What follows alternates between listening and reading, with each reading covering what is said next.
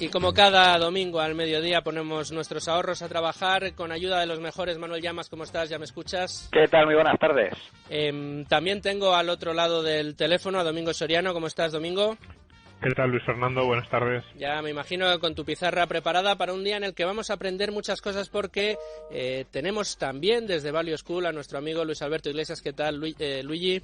Hola, chicos. Buenas tardes. Muchas gracias por acompañarnos una semana más, confinados en vuestros hogares, que lo sé muy bien. También confinados están nuestros amigos de Finicens. Hoy nos acompañan Felipe Moreno, que es director de Desarrollo de Negocio de Finicens, y también Kevin Comeyer, director de Inversiones. ¿Cómo estáis? Hola, ¿qué tal? Buenas tardes. Muchas gracias por acompañarnos, Kevin y Felipe, una semana más en las que vamos a aprender muchas cosas de gestión pasiva, de renta variable y también de cómo aprovechar los malos vientos que vienen ahora en los mercados para sacar rentabilidad a largo plazo. Porque seguimos en Tu Dinero Nunca Duerme muy pendientes de todo lo que está sucediendo en los mercados. Los índices siguen montados en una montaña rusa que les hace subir con fuerza algunos días, precipitarse otros, y que, como diría aquel replicante de la célebre película Ridley Scott, Blade Runner, estamos viendo cosas que tiempo atrás no creeríamos. Esta semana el desencadenante de nueva incertidumbre ha sido el barril de petróleo, marcando precios negativos. Se ha llegado a pagar $40 por barril aquel que quisiera comprarlo.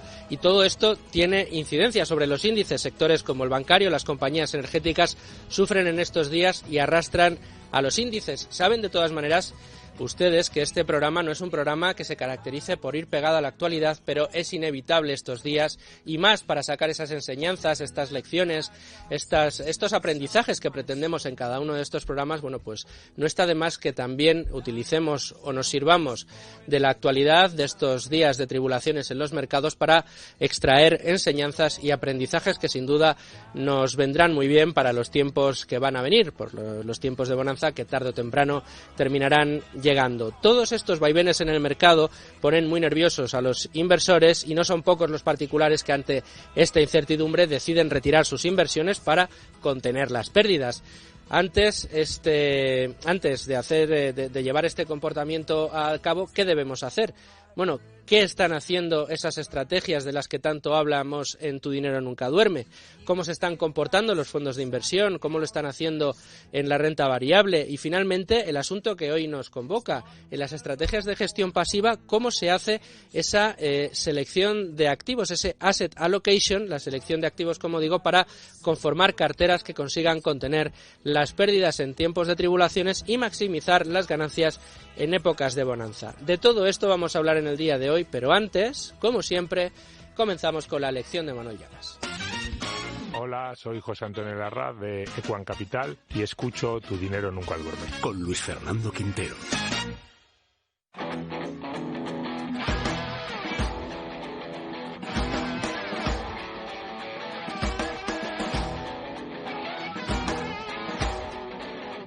Manuel Llamas, abrimos boca como siempre contigo y tu lección hoy centrada en el significado de ese concepto que queremos aprender en el día de hoy y que no es otro que el asset allocation. Asset allocation, efectivamente, Luis Fernando, pues explicamos un concepto que a priori puede resultar muy complicado, muy complejo, entre otras cosas porque es un anglicismo, es un término en inglés, pero que en realidad no significa otra cosa que asignación de activos en español. Para resumir, es la estrategia por la cual un inversor decide cómo distribuir sus inversiones entre las diferentes clases de activos que existen. Es decir, se trata del proceso por el cual un ahorrador decide qué cantidad de dinero se destina a renta fija, a renta variable, a la compra de activos inmobiliarios, a sectores industriales o a inversión en función de países o sectores concretos. Es lo que se conoce comúnmente como diversificación de carteras, y el objetivo no es otro que equilibrar de la mejor manera posible el riesgo y el retorno de nuestras inversiones. Esta distribución suele depender básicamente de dos factores. Por un lado, el perfil del inversor y por otro, el contexto económico. A mayor perfil de riesgo y mayor crecimiento económico, pues la renta variable suele tener más peso dentro de una cartera de inversión, mientras que perfiles más conservadores y en contextos de menor crecimiento, incluso recesivos, se suele buscar refugio habitualmente en renta fija y otro tipo de activos. Aunque cuidado, ya que no tiene por qué ser esta siempre la mejor estrategia a seguir, ni mucho menos. Los activos más usados a la hora de invertir son, como decimos, la renta variable, la renta fija, pero también divisas, materias primas o el sector inmobiliario. Pero, ¿cómo combinar de la mejor forma estas inversiones? ¿Cómo diversificar de la mejor forma nuestras carteras para optimizar al máximo el rendimiento? Pues el proceso de la diversificación consta básicamente de 3 fases. ¿Qué tipo de activos debemos comprar? ¿Cómo debemos combinar esos activos? Y finalmente, ¿cómo debemos gestionar la distribución de los mismos a lo largo del tiempo? Nuestros invitados de hoy, expertos en esta materia, seguro que responderán a estas y otras preguntas. Pues yo no lo dudo, Manuel, pero antes de ir a buscar esas respuestas, vamos a buscar más preguntas y lo vamos a hacer con ayuda de Domingo Soriano y su pizarra. Domingo Soriano, Asset Allocation es el tema que tenemos hoy, gestión pasiva. ¿Cómo está funcionando la gestión pasiva con esta crisis que tenemos por delante del coronavirus? Y tenemos un tema muy interesante que es el de esa asignación de activos que nos estaba explicando ahora mismo Manuel Llamas. Pero a mí me gustaría preguntarte a ti, Domingo, para que eches mano de tu pizarra y nos digas si esta asignación de activos es una tarea fácil, sencilla y o recomendable para particulares. A ver, perdón. A ver, yo creo que recomendable sí, al menos si establecemos 2 niveles, ¿no? Yo diría que hay un primer nivel en el cual el particular debe involucrarse, es casi obligatorio. Si tú me dices, pero ¿tiene un particular que, de tomar algún tipo de decisión, incluso aunque no tenga conocimientos financieros?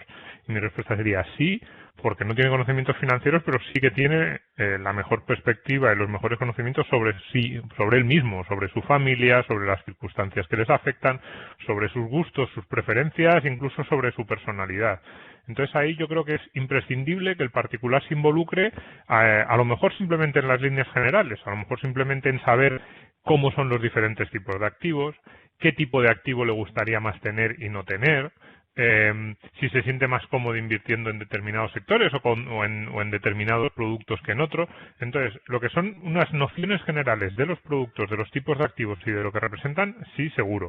Luego, es cierto que podemos ir a un segundo nivel, en que a lo mejor el particular, que no tiene especiales conocimientos financieros, busque el asesoramiento de un gestor o de un profesional que le diga, oye, dentro de esos activos que a ti te interesan más, puede interesarte, o puede ajustarse mejor tal producto o tal otro producto, o cómo lo vamos a hacer desde el punto de vista técnico. Si tú me has dicho que prefieres tener más parte de tus ahorros, de tus inversiones en un tipo fijo o en otro tipo de activos, pues cómo lo vamos a hacer. Pero el principio general debemos hacerlo, y además es que lo hacemos. Es decir, incluso aunque quisiéramos, yo no tengo ni idea, pero simplemente una persona que se compra una casa frente a tener ese dinero en el banco en otro producto, ya está tomando una decisión que influye en qué tipo de activos está invertido y con qué características.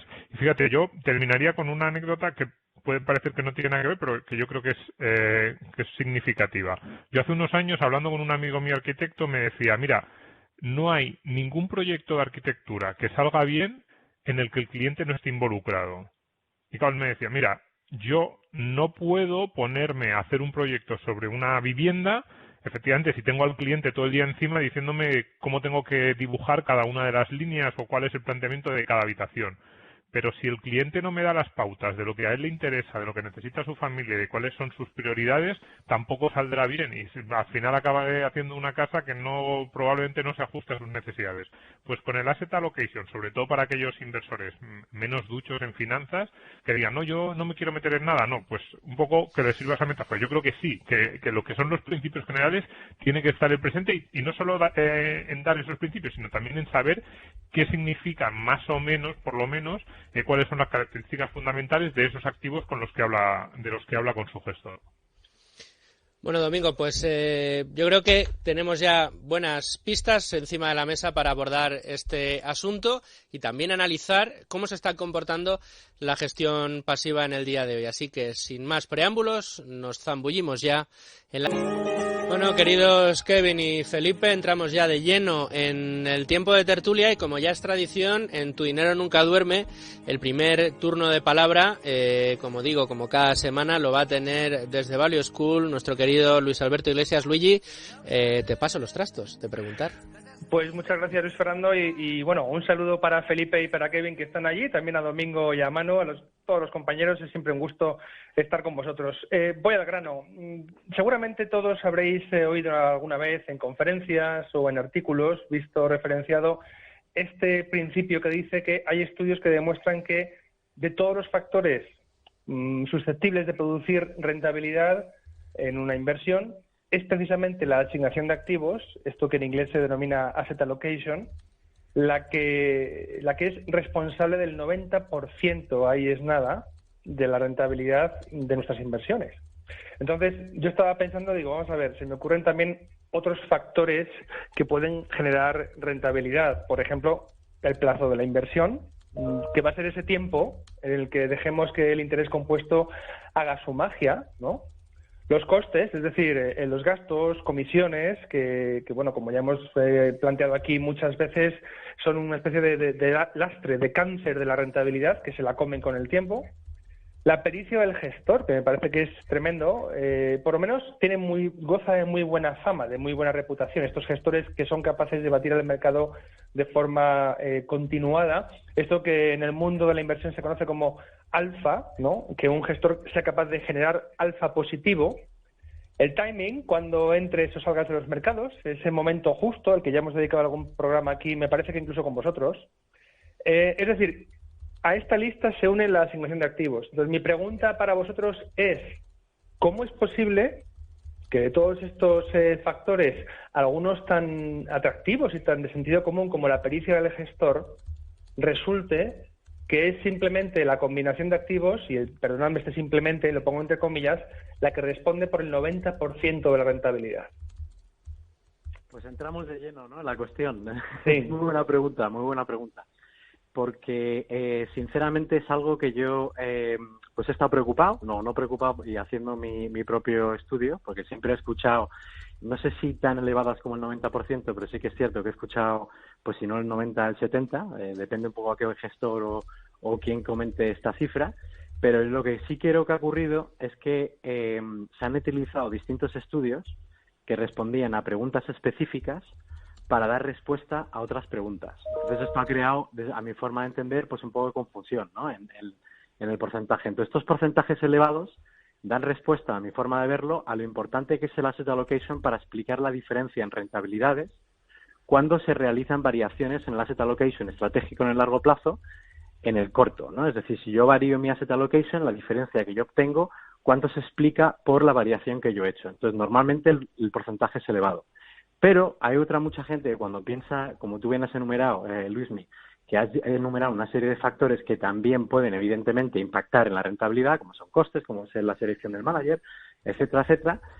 Entonces aquí esta es otra pregunta, ¿no?, que es que si tú tienes un asset allocation y yo tengo otro asset allocation, ¿cuánto la diferencia en rentabilidades, cuánto se explica por el asset allocation o, por ejemplo, cuánto se explica por la selección de manager o que yo ya he seleccionado, ¿no? Y entonces, la respuesta a esa pregunta no es del 70, 80, 90% tal y como se dice, ¿no? Normalmente eso depende un poco qué análisis utilices, pero yo sí que creo que es más equitativo, o sea, suele ser más mitad y mitad, ¿vale? O sea, yo no creo que sea una cuestión de 90%, sino es una cuestión, a lo mejor, pues puede ser de un 40-50% cada parte, o sea, tanto la asignación de activos como las gestoras seleccionadas. Y claro, desde nuestro punto de vista en Finicens, pues incluso aún tiene más relevancia, porque claro, nosotros no tenemos que hacer, pues no le decimos gestores activos, nuestra selección de activos o la selección de gestores es directamente a la ruta de mercado que tomamos vía índices, ¿no? Entonces ahí, y evidentemente ahí los costes, como tú mencionabas, ahí eso todo pues tiene importancia, ¿no? Entonces hay que tener mucho cuidado a la hora de poner un porcentaje, porque yo creo que se está ni representando lo que significa ese porcentaje. Kevin, respecto a cómo operáis dentro de la gestión pasiva y quizá más específicamente lo que nos podáis hablar vosotros desde Finicens, evidentemente estos días se está mirando con lupa cómo se están comportando las diferentes estrategias, gestión activa, gestión pasiva, fondos de inversión, fondos de grandes distribuidoras, la gestión independiente, en tiempos de mercado de gran tribulación. Entonces, yo sí que te quería pedir a ti una pequeña aproximación de cómo ves tú desde Finicens cómo se están comportando las diferentes estrategias, bien merced a un gran asset allocation, una gran decisión de asignación de activos, o bien por el simple comportamiento de los mercados o la diversificación que cada uno coja en su estrategia.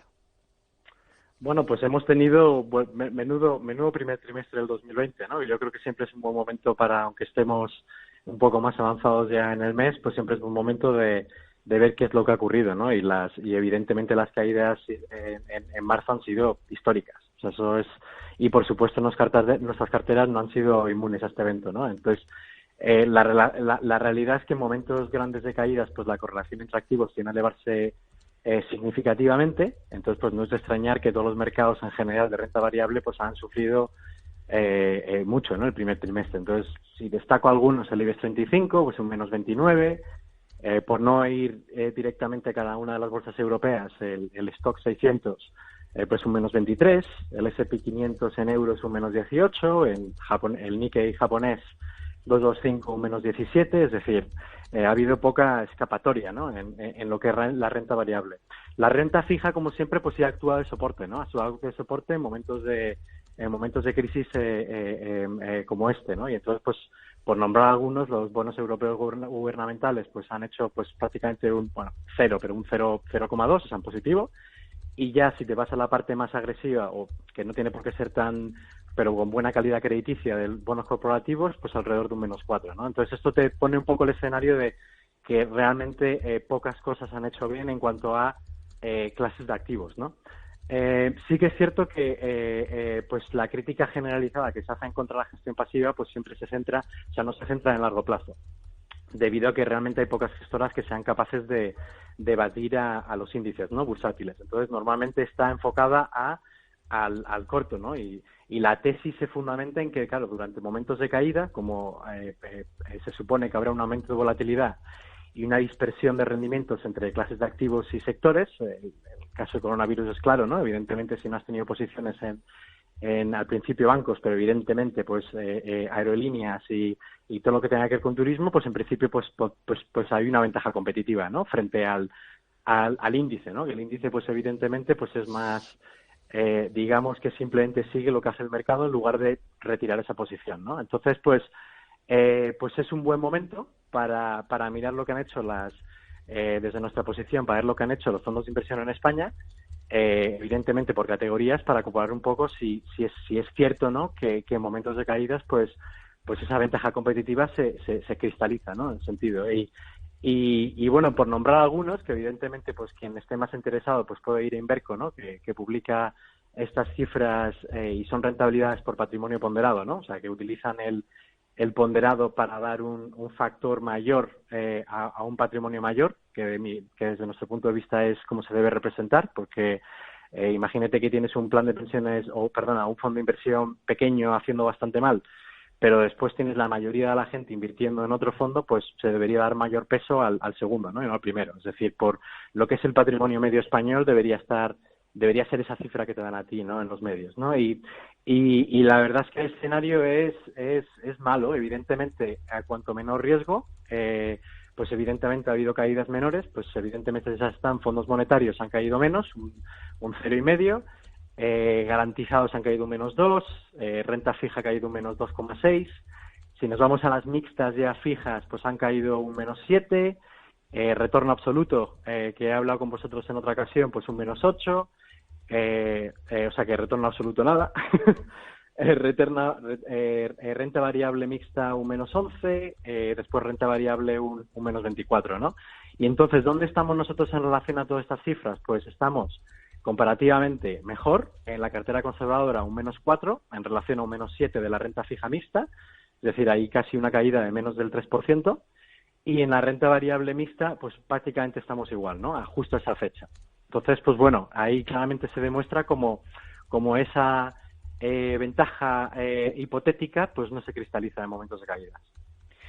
Sí, a mí me gustaría, a ver, esto para simplificar, ¿no? Cuando hablamos de asset allocation o de asignación de activos o de distribución de carteras, realmente esto responde al principio tan básico que todo el mundo conoce de no poner todos los huevos en la misma cesta, básicamente. Es decir, porque claro, si la cesta se cae, se rompe los huevos y tienes entonces sí que tienes un problema, ¿no? Y yo creo que aquí en España precisamente pecamos un poco de eso. El ahorrador medio tiende a concentrar buena parte de sus ahorros, buena parte de sus inversiones, por cuestiones que ya hemos explicado en este programa en múltiples ocasiones, quizás falta de cultura financiera, etcétera, lo suele concentrar en un activo, que suele ser además un activo bastante líquido, como es la vivienda, la compra de vivienda, y que muchas familias tienen depositado todas sus inversiones ahí.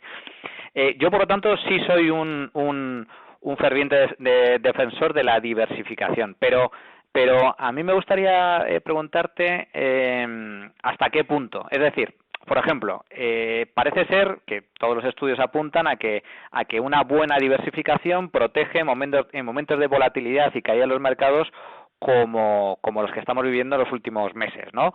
Porque, bueno, tienes tu cartera bien distribuida, y por lo tanto las caídas que se registran en algunos activos, como por ejemplo la renta variable, se compensa con menores caídas o incluso subidas en otros activos, como puede ser el oro, o como puede ser en estos momentos el oro, o como puede ser en otro tipo de activos. Pero ¿sucede lo mismo en épocas de expansión? Mi pregunta concreta, ¿una elevada diversificación o una muy amplia diversificación en contra de una concentración de activos se puede acabar reflejando también en menor rentabilidad en momentos de auge o expansión económica? Buena pregunta. Pues todo es posible, la verdad. Yo es que no creo en alta y baja, o sea, yo creo en apropiada, no apropiada. Pero sí que es cierto que bueno, sí que están saliendo estudios ahora mismo que evidentemente avalan que una elevada diversificación hasta tal punto de no poder de incluirlo, de incluirlo todo, pero no tener en cuenta ciertos sectores, es decir, de tener mucha diversificación o falsa diversificación en ciertos sectores, pero no en otros, pues tampoco es diversificación. Por eso yo creo que es una cuestión más de apropiada, y alta y baja, pues si lo tomamos como el número de posiciones en cartera, pues quizás no lo es todo, ¿no? Es decir, que tiene que ser tanto por una diversificación, tanto por clases de activos, como por sectores, como por la economía mundial, para que esa elevada número de posiciones pues tenga efecto, ¿no? Entonces es una combinación, pero eso es precisamente parte del proceso de asset allocation. O sea, asset allocation al final es un proceso por el cual sí que es cierto que se tiene en cuenta cada una de las clases de activos y qué sectores y qué economías incluir, pero también se tiene en cuenta esa diversificación, la correlación entre distintos activos a la hora de incluir distintos activos, ¿no? Y cuando se incluye, pues cuando uno decide cuánta renta fija y cuánta rentabilidad poner en una cartera, si es que decide poner, por ejemplo, oro, como mencionabas, o poner propiedad, pues es porque ha hecho un análisis en el que le determina que esa inclusión de ese activo pues le puede proporcionar pues el famoso binomio rentabilidad-riesgo, ¿no? Pues una rentabilidad en relación al riesgo que está asumiendo óptimo, ¿no? Y de lo que se trata es de producir una rentabilidad óptima para cada nivel de riesgo, ¿no? Entonces, cuando nosotros en Finicens pensamos en el proceso de asset allocation, la primera parte es decidir cuánta renta variable, cuánta renta fija o cuánto activo poner a activos de mayor riesgo y cuánto porcentaje poner a activos de menor riesgo, que evidentemente nuestros inversores pues van a estar pues cómodos con esa volatilidad que evidentemente se va a experimentar en esa cartera, ¿no? ¿Para qué? Pues para producir una rentabilidad, ¿no? Y es poner esas dos cosas juntas, que es la rentabilidad que esperamos obtener con una volatilidad o un riesgo pues lo más bajo posible, ¿no? Y entonces esa es precisamente lo que trabajamos, de cómo somos capaces de producir la mayor rentabilidad posible a la menor volatilidad posible. Domingo. Sí, a mí me gustaría preguntaros cada cuánto tiempo vosotros creéis que debería un inversor replantearse estas cuestiones, porque muchas veces cuando hablamos, y bueno, muchos de los que nos escuchan, además yo esto me pongo en primera persona, yo creo que a mí me pasa como a todos, ¿no? Le dedicamos, primero nos concienciamos de que es importante, nos ponemos a estudiarlo, le dedicamos tiempo a decidir, pues eso, un poquito en qué tipo de activos vamos a invertir, y luego yo creo que un problema que tenemos los inversores no profesionales, que muchas veces sentimos que ya hemos hecho todo el trabajo, porque nos hemos informado, porque lo hemos hecho más o menos con cuidado, hemos hablado con algún profesional, con algún gestor, y es como, oye, es que tus circunstancias no son las mismas con 25 que con 65 años. Entonces, tienes que ir variando también los pesos en tu cartera. Probablemente no hay que hacerlo cada mes, pero tampoco cada 40 años. Yo no sé cada cuánto tiempo vosotros creéis que es interesante que un inversor reflexione y diga, ¿me sirven las circunstancias del pasado o tengo que cambiar algo? Desde mi punto de vista no es dependiente al periodo temporal que lleves en tu asignación de activos, o es dependiente al perfil de riesgo. Entonces, es verdad que a medida que vas avanzando en la edad, pues puede ser que tu perfil de riesgo se vuelva más cauto, ¿no? Por decirlo de alguna manera. Existen reglas, yo no le he dado nunca evidentemente reglas de tu edad menos, o sea, 100 menos tu edad para ver el porcentaje que tienes que tener en cada uno de los activos, ese tipo de reglas que son bastante... Yo nunca le he dado demasiada importancia, a mí me parece que es una cuestión de medir primero la rentabilidad que uno quiere obtener, el riesgo que puede tomar, y evidentemente si uno se va a retirar, por poner el ejemplo más crítico, ¿no? Si uno se va a retirar al cabo de 5 años, pues a lo mejor quizás pues esa pérdida de patrimonio, que haya una crisis bursátil como la que hemos experimentado en el primer trimestre, pues evidentemente no tiene que tener tanta exposición a renta variable. Pero eso es en cuanto al riesgo, ¿no? Y que evidentemente el riesgo determina la asignación de activos. En cuanto a yo decidir qué asignación de activos por el simple hecho de que yo creo que algo va a hacer mejor o peor, es otra historia, ¿no? Entonces eso hay que separarlo. Lo que es que mi circunstancia cambie y por lo tanto mi perfil de riesgo cambie y mis objetivos cambien, a que mi asset allocation cambie porque yo creo que las rentabilidades esperadas en el futuro van a cambiar y por lo tanto, o a corto plazo. Entonces yo creo que voy a comprar otro tipo de activos pues porque creo que va a ser mejor ese activo y no va a ser lo otro, ¿no? Entonces lo que se llama tactical asset allocation, que es una desviación de mi asset allocation en largo plazo, de mi asignación de activos en largo plazo, porque yo considero que algo va a ser peor o va a ser mejor, ¿no? Entonces, nosotros no tomamos posiciones activas, o sea, nosotros creemos que las predicciones pues tienen su valor limitado, ¿no? Estamos todos acostumbrados a ver pues las proyecciones que tienen evidentemente pues que varían con el tiempo, ¿no? Y como pues no consideramos que sea un input que debe tener mucho valor en nuestro proceso de inversión, pero primero porque son imprecisas y segundo porque son costosas, ¿no? Y eso nos permite pues reducir los costes y dar esa rentabilidad que evidentemente otros gestores pues tienen que producirla, ¿no? Porque tienen ese coste que nosotros no tenemos. Y nos basamos en reglas, específicas por las cuales son cuantificables, son demostrables en el largo plazo y cualquier decisión que nosotros tomemos pues está basado en algo empírico y no en que yo me levante un día por la mañana e identifique que tengo que invertir menos en un sector porque creo que ese sector va a ser peor en el futuro, ¿no? Entonces, yo dividiría siempre el asset allocation en, uno, el nivel de riesgo, que evidentemente mis circunstancias cambian y yo tengo que, evidentemente, invertir en menos activos o más o menos activos de mayor riesgo, ¿no? Dependiendo de cuáles son mis objetivos y de mi periodo, mi horizonte temporal.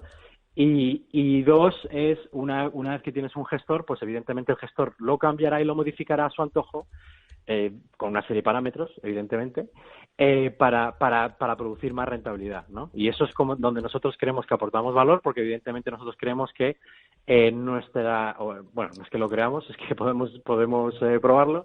Nuestras rentabilidades pues son mejores sin necesidad de tener que hacer predicciones en el futuro. Luigi. Oye, Kevin, vamos a ver, una pregunta con una subpregunta, además que viene al caso de lo que hemos visto esta semana en el mercado del petróleo, la gente alarmada diciendo que el petróleo te estaban pagando poco más o menos para que te lo llevaras a casa, Y bueno, ¿qué Sí, lugar sin poco menos te estaban pagando para que te llevaras a casa. Sí, bueno, $40 nada menos, ¿eh? Sí, pero los bidones de petróleo a mí en el garaje no me caben, para empezar. Y la gente estaba preguntando cómo invertir y es como que es una cuestión más de metros cuadrados, más que de bolsillos profundos. En fin, materias primas, Kevin, en un portfolio de inversión de un particular, que son las personas, no nos dirigimos al cliente institucional, sino a particulares, ahorradores, ¿tienen cabida, no tienen cabida? Y si la tienen, ¿de qué manera? Y la subpregunta es de la materia prima, quizá por excelencia a la hora de invertir, que todo el mundo menciona que es el oro en cuanto a metales preciosos, ¿no? Me refiero a que se negocia en como commodity. Entonces, creo entender que alguna de las carteras de Finicen sí tiene oro en su asignación de activos. Entonces, materias primas en general y el oro en particular, atendiendo a las ventajas que puede representar para un portfolio la inclusión de este metal precioso. Sí, pues nuestro análisis en cuanto a la asset allocation, ya para pasar un poco en materia, sí que es cierto que cuando nosotros analizamos pues otro tipo de activos que añaden precisamente rentabilidad y aportan algo distinto, ¿no? Es decir, son activos que tienen una correlación más baja a lo que es pues tanto la renta fija como la renta variable, pues el oro y propiedad son dos activos que es cierto que están en nuestras carteras. Sí que hay que decir también que oro no se encuentra en nuestras carteras discrecionales, pero por la digamos la imposibilidad de encontrar oro que no sea un ETF, es decir, un oro físico. O sea, lo que no queremos hacer es comprar un fondo de inversión que invierta en empresas o en acciones mineras, ¿no? Yo me acuerdo además en los últimos 20 años que ha habido muchísimos momentos en los que ha habido una clara no ha habido una clara correlación entre lo que es el precio del oro físico, subiendo el oro a lo mejor un año un 100% y viendo las mineras que hacen o que producen oro pues estando en negativo, ¿no? Entonces, pues nosotros si invertimos en oro físico y evidentemente no existen fondos indexados que repliquen oro, ¿no? Entonces solo se encuentran ETFs. Y el problema de incluir ETFs en cartera es que evidentemente cuando cambiamos o cuando hay un rebalanceo o cuando existen ese tipo de cambios, pues entonces provocaría un impacto fiscal, ¿no? Pero poniendo eso al lado, que sí que lo tenemos en nuestros productos, pero no en carteras discrecionales, sino más en planes de pensiones y en fondos, ¿no?, que tenemos en Finicens, sí que consideramos que el oro es uno de los activos que aporta, ¿no? Aporta precisamente porque añade añade rentabilidad y es bastante correlacionado o no correlacionado con otros activos en cartera. Hay que tener cuidado pensando que el oro no tiene volatilidad, tiene muchísima volatilidad. O sea, no es un activo no es un renta fija, no es un activo con de menor riesgo. O sea, desde mi punto de vista es más parecido a renta variable en cuanto a nivel de riesgo, pero sí que su inclusión en cartera, pues en principio tiene sentido. Nosotros preferimos el oro físico antes que baskets o cestas, de commodities o de otro tipo de materias primas, porque son más cíclicas. Entonces creemos que oro es más como un valor refugio, ¿no?, que alguien busca cuando evidentemente todo se hunde, pues siempre piensa en el oro, ¿no? Este año pues es de los pocos activos que está en positivo. La última vez que miré está un 6-7% en términos de dólares. Y la verdad es que su inclusión en cartera tiene sentido. ¿Cuánto incluir en cartera? Pues eso depende mucho de nuestro análisis. Va a depender un poco del nivel de riesgo del cliente, porque como ya he dicho, aunque sea más lógico tener más oro cuando quizás un cliente sea más conservador, el problema es que el oro aporta mucha volatilidad en cartera, ¿no? Entonces, ese es el problema que un inversor puede tener. Entonces, claro, tiene que tener mucho cuidado, ¿no? Pero un porcentaje es evidente que aporta mucho valor en cartera, ¿no? Y nosotros abogamos por ello. De acuerdo. Manuel, creo que tenías por ahí otra pregunta tú. Sí, Kevin, en estas semanas tú llevas operando mercados desde hace tiempo. Creo recordar que en uno de en el último programa en el que coincidimos nos comentaste tu experiencia durante la gran recesión. Ahora estamos en el gran confinamiento, ¿no? Es una nueva crisis absolutamente diferente, pero igualmente grave. ¿Cómo estáis...? Porque claro, en estos momentos se están produciendo cantidad de movimientos en el mercado. ¿Cómo estáis aplicando ese asset allocation en estos momentos en vuestras carteras? ¿Cómo estáis rebalanceando vuestras carteras para aprovechar esta situación o para protegerse de esta situación? Pues nosotros, como ya como comenté anteriormente, nosotros no hacemos cambios en asset allocation basado en nuestra opinión, ¿no? Entonces, si nosotros no, entonces lo que nunca haremos es cambios en el corto plazo o cambios en el mercado, cambiar algo en un asset allocation, si no es fundamentalmente algo estructural, ¿no? No hay nada estructural ahora mismo, ahora es sencillamente desde mi punto de vista, un shock exógeno, que evidentemente está produciendo un shock simultáneo de la demanda y la oferta brutal, como yo no he visto en mi vida. Pero eso no quiere decir que, de la misma manera que hay un shock simultáneo y bastante fuerte o abrupto, pues que las cosas funcionen haya una recuperación tan rápida como ha habido abrupta en los próximos 3 o 4 meses. Yo ahí, nosotros no, como he dicho, nosotros no tomamos opiniones de mercado. Lo que sí tenemos, en cuanto al rebalanceo, pues es una serie de, digamos, de rebalanceos automáticos, porque además pensamos que el rebalanceo debería ser automático y debería seguir una regla específica. De hecho, todo el research que hemos hecho es cuanto más opinión pongas en el rebalanceo, peor te va a ir. Es decir, básate en reglas. Y entonces pues tenemos varias, ¿no? Tenemos una periódica que se basa en el aniversario del cliente, con el objetivo principal de mitigar riesgo. Es decir, imagínate un año como el año pasado, en el que ha sido un muy buen año, pues puede ser que algunos de nuestros clientes pues tuvieran un rebalanceo vendiendo acciones y comprando renta fija, ¿no? Comprando bonos, vamos. O en momentos de caída como la actual, pues puede haber surgido otro rebalanceo al revés. Es decir, en momentos de caídas de acciones, pues evidentemente el número de acciones en cartera es menor y el número de bonos es mayor. Pues ¿qué se ha hecho? Se ha vendido bonos y se ha comprado acciones, ¿no? Dicho de una manera fácil, ¿no? Entonces, ese rebalanceo lo tenemos dentro del proceso de inversión precisamente para aprovecharnos de esas caídas por un principio muy básico, pero que yo creo que tiene mucho poder en finanzas, y es la reversión a la media, ¿no? Nosotros no sabemos qué es lo que va a ocurrir. Lo que sí sabemos es que las recuperaciones siempre ocurren. No tenemos ni idea si va a ser V, si va a ser U. O sea, nosotros no opinamos de eso. Nos parece que las opiniones sirven de poco, aunque tengas razón, no significa que sea por las razones que creas que tienes razón. O sea, puede ser sencillamente lo mismo que tirar una moneda al aire. Y entonces en ese aspecto pues pensamos que nos tenemos que basar en la historia y nos tenemos que basar en la investigación y en lo que ha ocurrido, aunque sabemos que evidentemente, como tú mencionabas, no hay crisis que son específicas. Hay muchas diferencias con la crisis de 2008, tanto positivas como negativas. O sea, no hubo las contracciones que se esperan que va a tener económicas tan abruptas y tan rápidas, y ni el mercado bursátil cayendo tan rápido. Eso no ha ocurrido en el 2008, pero tampoco ha habido un estímulo tan fuerte y tan global, ¿no? Sincronizado, yo diría, ¿no? Además fiscal, que es algo que precisamente estaba bastante olvidado, ¿no? En la crisis financiera anterior.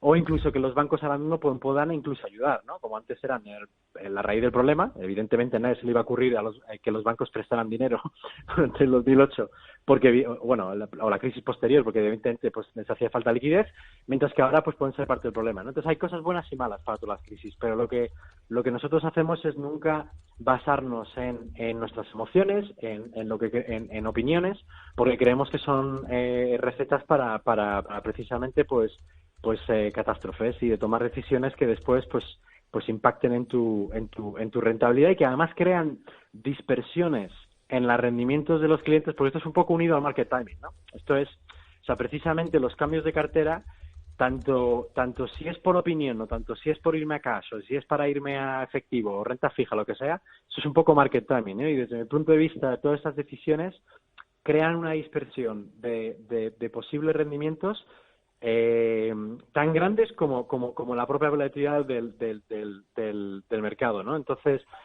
no en el corto plazo, pero quizás sí en el largo plazo, ¿no? De no haber invertido en ciertos activos, o de entrar antes o de entrar tarde, etcétera, etcétera, etcétera. Entonces, nosotros no pasamos mucho en ese tipo de cosas, porque creemos que no aporta valor. El riesgo del market timing siempre lo tenemos ahí. Ya te he visto aludir a él en varias respuestas. Tengo a Domingo, que también quiere preguntaros, además creo que a los dos. Sí, me gustaría preguntaros a los dos, ¿cómo es vuestra visión para un tipo de cliente como es el español, que decís, Manu, que muchos de ellos tienen la mayor parte de su inversión en vivienda, que es una inversión un poco especial, porque es inversión, pero bueno, tiene otras muchas connotaciones, y es, a este tipo de cliente, algún tipo de ajuste especial, o respecto a dos clientes que puedan estar en una situación parecida, uno tiene vivienda en propiedad, el otro no, a lo mejor la cartera o la composición va a variar, porque claro, no es lo mismo ese activo fundamental que uno tiene, que es es un activo muy peculiar como es la vivienda, muy poco líquido, con muchas características, frente al otro. A ver, Kevin o Felipe, el que quiera. Bueno, si quieres respondo yo.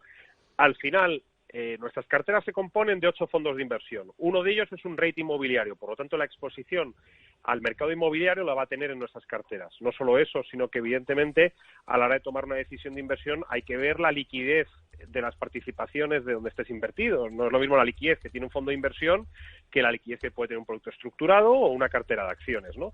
La liquidez en nuestro caso es inmediata, es decir, desde que un cliente da una orden de venta de las participaciones de los fondos, la gestora, que en este caso es Inversis, se dedica a vender esas participaciones en el mercado y en un plazo máximo de 2 semanas pues tiene ese dinero en su cuenta. Por lo tanto, el cliente dispone de liquidez tanto total, es decir, si decidiera deshacer toda la inversión, como parcial. Es decir, un inversor invierte 100.000 euros, necesita 10.000 euros para comprarse un coche, pues vende esos 10.000 euros en participaciones dándole una orden de venta y nuestros algoritmos le van a vender las participaciones además que menor plusvalía tengan o que en ese momento estén en negativo para no generarle un impacto fiscal. O sea, hasta ahí llega la tecnología y hasta ahí ha llegado Finicens a pensar esa casuística o esas características que benefician una vez más al cliente.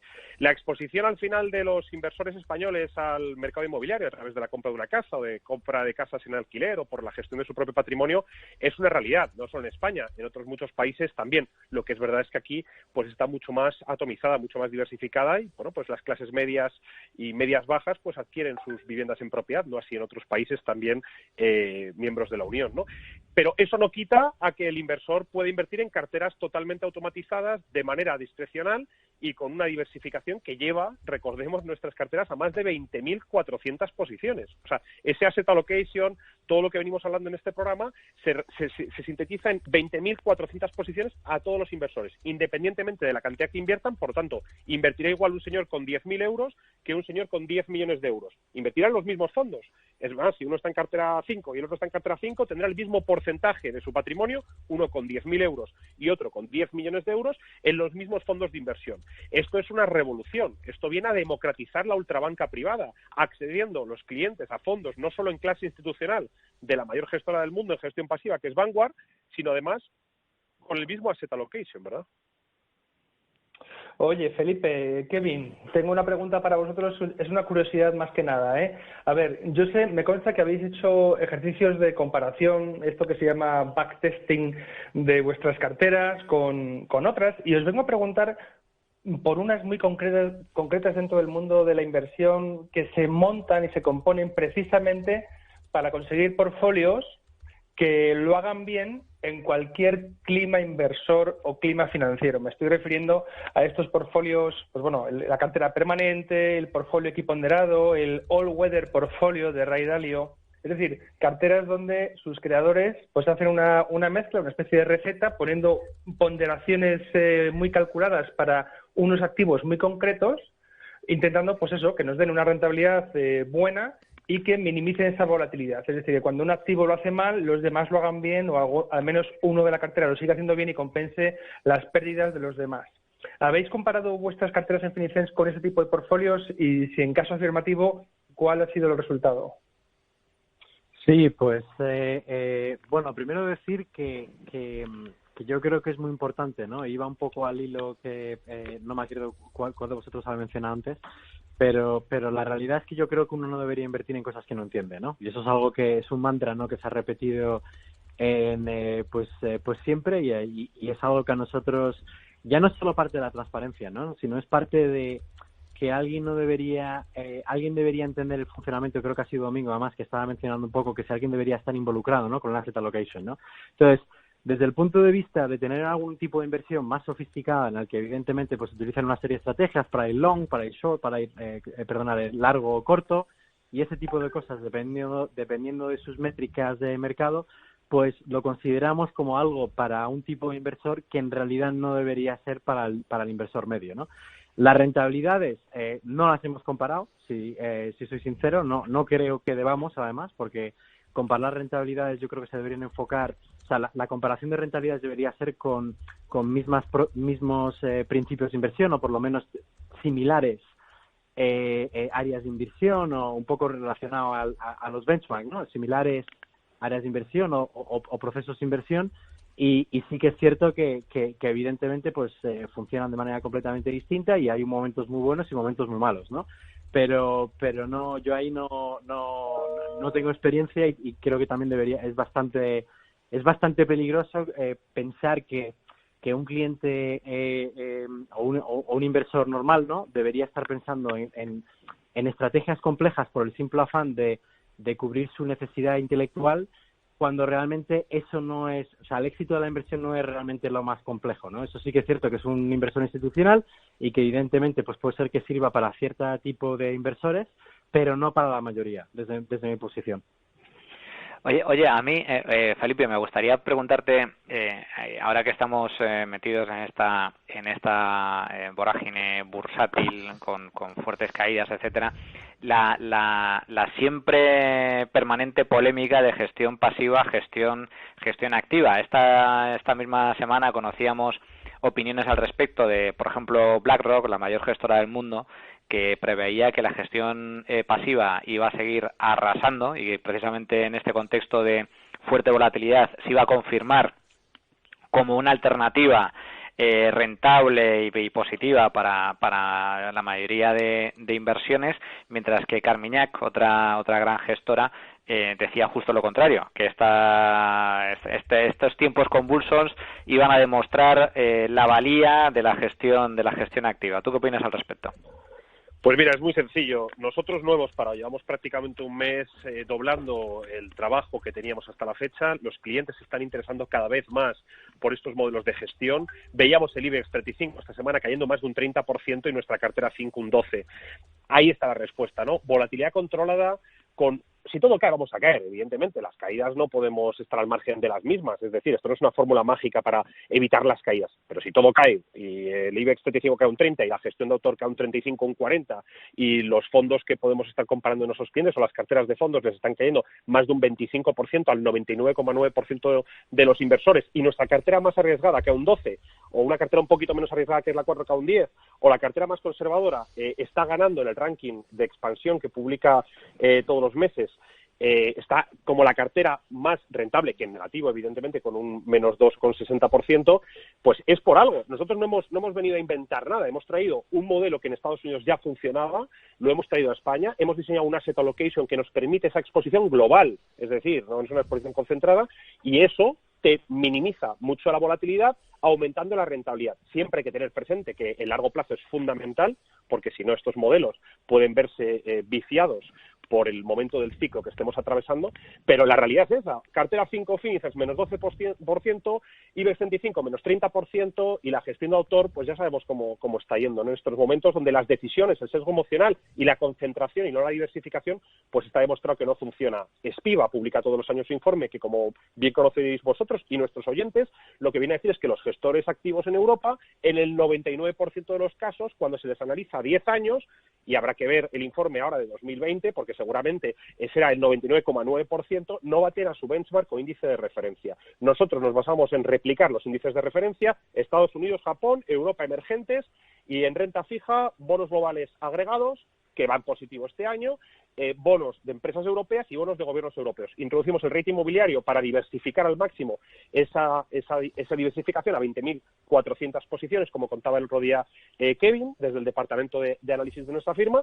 y con esa fórmula pues ofrecemos al mercado un producto que además es un 85% más barato en comisiones, que eso ya lo sabemos, que es una de las fórmulas por las que la gestión pasiva funciona. Si nosotros cobráramos un 3% a nuestros clientes, pues esto no funciona, o sea, de gestión. Evidentemente, con una comisión de gestión de entre el 0,42 con el IVA incluido al 0,15 con el IVA incluido, y además decreciente en el tiempo, pues esto funciona, ¿no? Entonces está demostrado que la ola de la gestión pasiva a nivel global, que ya en Estados Unidos es superior a la gestión activa, también está llegando a Europa, también está llegando a España, y te puedo decir que nosotros no estamos dando abasto desde hace prácticamente un mes y medio con la cantidad de solicitudes por parte de clientes de información y de apertura de cuentas. Bueno, pues yo con la cantidad de datos que estáis dando y la cantidad de recomendaciones sí que no doy abasto casi de tomar nota de todo lo que decimos, pero sí que tengo la opción de volverme a escuchar el programa, Kevin, querido Felipe, porque tenemos los podcasts. Saben todos nuestros oyentes que nos pueden seguir por podcast cuando quieran, escuchar el capítulo de Tu Dinero Nunca Duerme que quieran, o bien todos los programas que hemos hecho con Finicens o los que hemos hecho con otros grandes amigos de la casa, y más estos últimos, si quieren ustedes, estas últimas semanas en las que hemos ido analizando poco a poco, aspecto a aspecto, bueno, pues cómo se está comportando el mercado y cómo debemos comportarnos nosotros ante situaciones como esta para no poner en riesgo nuestras inversiones y nuestros ahorros, y más aún no poner en riesgo nuestra rentabilidad en el largo plazo. Por eso pueden ustedes escucharnos a través de Spotify, nos pueden escuchar también a través de Apple Podcast, nos pueden escuchar en iVoox, también nos pueden escuchar en las plataformas de Value School, también nos pueden escuchar en las plataformas de radio. Es decir, tienen ustedes un abanico enorme de posibilidades de escucharnos si es que no han podido oírnos en directo los domingos de 2 a 3 de la tarde en la sintonía de radio. Y pueden ustedes escucharnos en podcast gracias a IG Market, que nos trae, como siempre saben, los podcasts de Economía para Todos y de Tu Dinero Nunca Duerme, IG Market para inversores formados e informados. Y para todos aquellos que quieran tener una formación todavía mayor en el mundo de la inversión y tomar decisiones de inversión de forma más responsable, pueden aprender en el curso de Inversión y Gestión Patrimonial de Estrategias de Inversión y Libertad Digital, un curso 100% online que se divide en 4 meses y que con solo 15 minutos al día nos permite tener todos estos conocimientos. El teléfono para informarnos es el 91 523 97 22, 91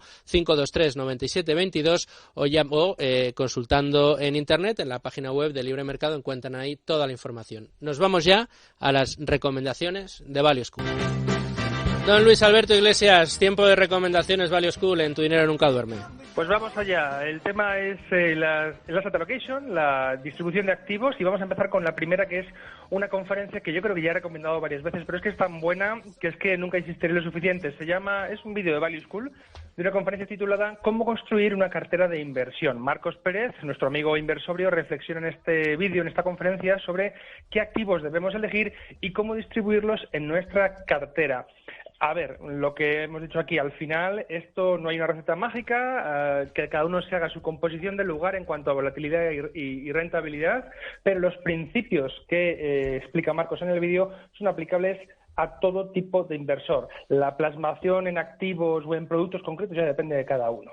Un vídeo tremendamente recomendable, de los de sentarse a ver y tomar apuntes. En segundo lugar, otro de los vídeos clásicos del canal de Value School en YouTube se titula ¿Qué podemos aprender del Fondo Soberano de Noruega?, donde otro Marcos Álvarez, que también ha estado en el programa, analiza cómo invierte el Fondo Soberano de Noruega, que nos ofrece un ejemplo de diversificación muy exitosa, cuyos principios, de nuevo, podemos aplicar en nuestras inversiones, que no otro era el propósito de hacer esta conferencia en Value School cuando la programamos. Después, también quiero remitir a un vídeo de otro amigo de la casa, el programa Tu Dinero Nunca Duerme, que es Joaquín Aranzábal, a quien tuvimos a principios, el año pasado.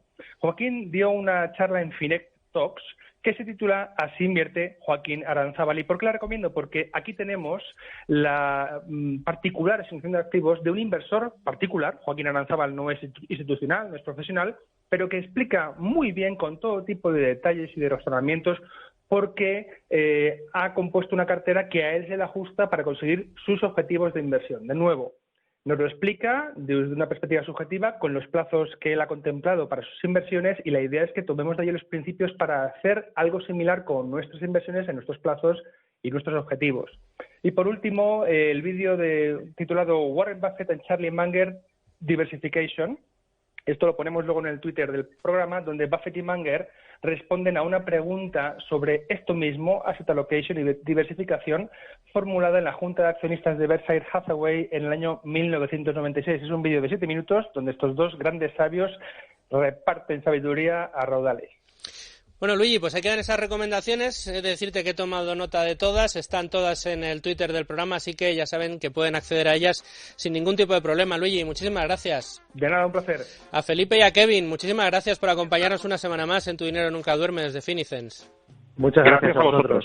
Y bueno, ya como siempre os digo, os amenazo en llamaros dentro de muy poquito para que hablemos de esto que tanto nos gusta de las inversiones y sobre todo en estos momentos de tribulaciones tan importantes. A Manuel y a Domingo también, muchas gracias por estar con nosotros. Hasta la semana que viene. Y a todos ustedes, recomendarles que nos sigan, que sigan Tu Dinero Nunca Duerme, que continúen en la sintonía de radio porque le dejo con la mejor de las programaciones y que sean muy felices, al menos hasta la semana que viene.